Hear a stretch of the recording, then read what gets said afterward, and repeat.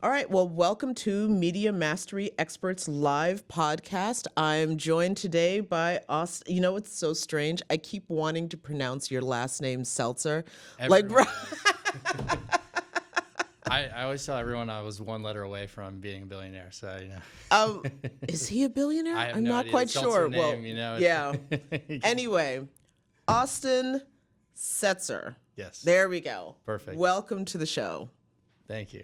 All right. So first, tell me a little bit about your organization, because I understand you are a bit of a matchmaker in the real estate field, which seems unusual. Absolutely. So I serve as president of Contractors, Closers, and Connections of Washington, D.C. And so the essence of what we do is focus on the relationship building within the state, with all the stakeholders within the commercial real estate sphere. So we focus with development, investment, brokerage, management, construction, and try to bring all the right professionals together that erect a building and operate it so that we can get more cranes back in the city ultimately. Oh, okay. Yeah. Because I was going to say, like, what exactly does that mean? One of the things that I thought was so interesting when I was learning or reading about your business is that you said private equity is consolidating markets faster than people are adjusting. And sometimes we forget our own community.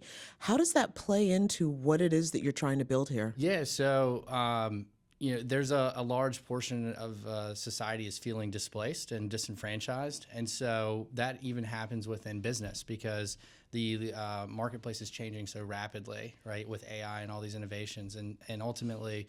Real estate, is a people business. So what we try to focus in on is bringing back the right people, and not just the right people, but bringing local people, because there's so much intellectual knowledge within this area that people want to go in on their own. But we also have high barrier of entry where there's large competition with massive corporations that have everything inside. Okay, so two things that I'm so curious about. Yes. First of all, what is the unique, how did you describe it? Unique level of understanding that goes along with being a developer or a real estate person within Washington, D.C.? Yeah, so real estate is kind of in everything. I know most people, when they see DC, they think hotel, office building, but really there's an entire laundry list of different type of asset classes where you have car washes, right? Non-traditional real estate, exotic real estate, housing. There's so much of a plethora. Yeah. And it touches every piece of our life, right? Even the digital real estate. And so we really focus on trying to bring back community, and community starts with allowing the people who live in the community to build because they care about the neighborhood, where people who are outside may not understand the local markets or the different cultures within DC, because every neighborhood's so unique and different that there's an element of preservation that you want to have, but it takes a local effort to make sure that stays. Okay, so then what is the high barrier for entry? I think that's what you said. Yeah, absolutely. I mean, real estate is a capital intensive market. So you have to have a bunch of money, right? And if you don't have a bunch of money, you have to have a bunch of contacts.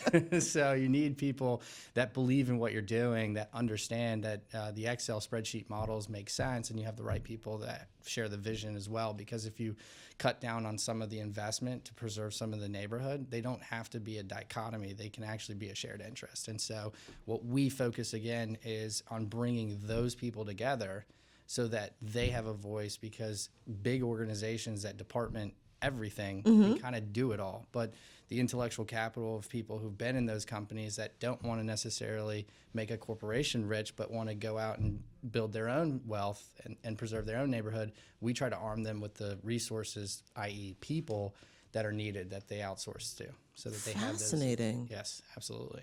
So far, what's been the community response to the work that you've been doing? Yeah, we've grown exponentially, and I can't even take credit for that. The first thing that we did was build a diverse board of advisors. So I have 10 board members that believed in the mission, that thought this was an awesome idea, and kind of have built or jump-started my credibility in that. And so we've been able to really throw unique experiences where we had a yacht party with 5 different yachts and various owners in the area. Can't go wrong with the yacht party. Exactly. To rooftops, and ultimately the gimmicky kind of entertainment is really a psychological effect, because we leverage that unique experience, or that that element where you're not at a normal, happy hour or a conference room where kind of it's the same feeling for everybody, but it's a unique experience where people come out of their element and they can actually build a bond or a friendship because it's something that's not common. Ah, okay. So one of the things that I'm also picking up on is that I'm hearing a lot of passion in your voice for doing this. And so I'm wondering, what is your story, your origin story? What drove you to be like, you know what, there is a problem that can be fixed, and I want to step in and try to help fix it. I think a little bit of self-preservation comes into that, but I was born in Miami, but from North Carolina, and I was during the opioid and the real estate crisis, and kind of saw all of these things happening, and I watched neighborhoods being displaced, and a lot of things have happened during my lifetime, and so I've seen kind of the community before all of that was really strong, and I saw like a decay after. And then when I got my schooling, came up to DC, I fell in love with the area. Ultimately, I was changing industry right in 2019, perfect timing, right? Okay.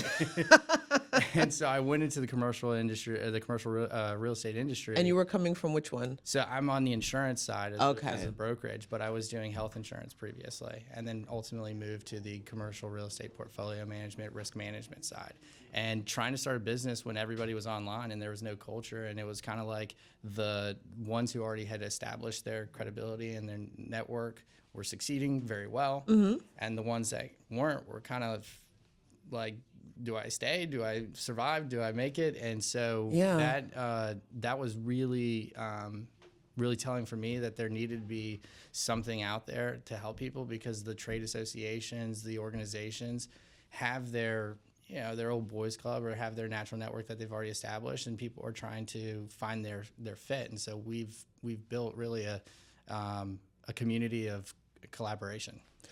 You sort of touched on it when you told me a little bit about your journey to DC, but I'm wondering if you could give us an inverse of the capitalistic pyramid. So what we know of what's happening now is that, as you've indicated, a lot of private equity groups, et cetera, are coming together, buying up a lot of capital, making it very difficult for smaller investors to invest in their communities. But if you inverted that, and there was a world where people from the communities were able to invest in, build in, develop, et cetera, what do you see as the ultimate benefit from that? Yeah, first, I think both worlds can be in harmony, and so I don't think that it's a dichotomy or a fight, right? As much as it could be a collaboration. There is a necessary fact that you do need large institutions, brain power. There's a good protection. There's a value with big, but there's also a value with nimble. And I think that it should always be a focus of partnership and collaboration versus adversary.